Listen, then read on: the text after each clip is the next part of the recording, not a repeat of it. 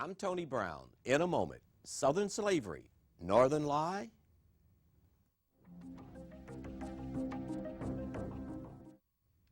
In part one, you learned about the 1741 slave rebellion in New York City and how the North participated mightily in the Atlantic slave trade.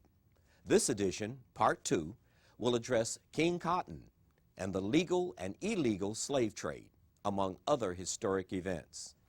My guest is Jenifer Frank. Ms. Frank is a veteran journalist for the Hartford Courant and co-author of Complicity, How the North Promoted, Prolonged, and Profited from Slavery. Welcome, Ms. Frank. Thank you, Tony. Let me ask you a fairly dumb question. Illegal and legal slavery. I'm sure the average person would say, I thought all slavery was illegal. Well, we're talking about the legal and the illegal slave trade, of course.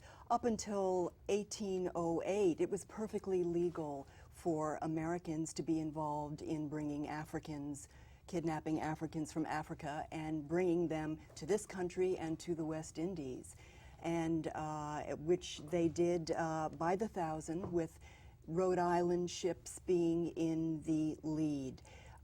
After 1808, when the trade was declared to be illegal, it took a very short time for the trade to just go underground.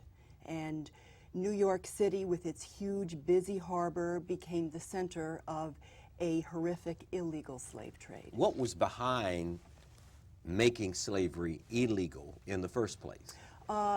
Well, what had happened is that England, under tremendous pressure by abolitionists there, had declared it illegal, and America was forced through political pressure to follow suit. But there was just too much money, Tony. There was too much money to be had from, number one, the sale of slaves.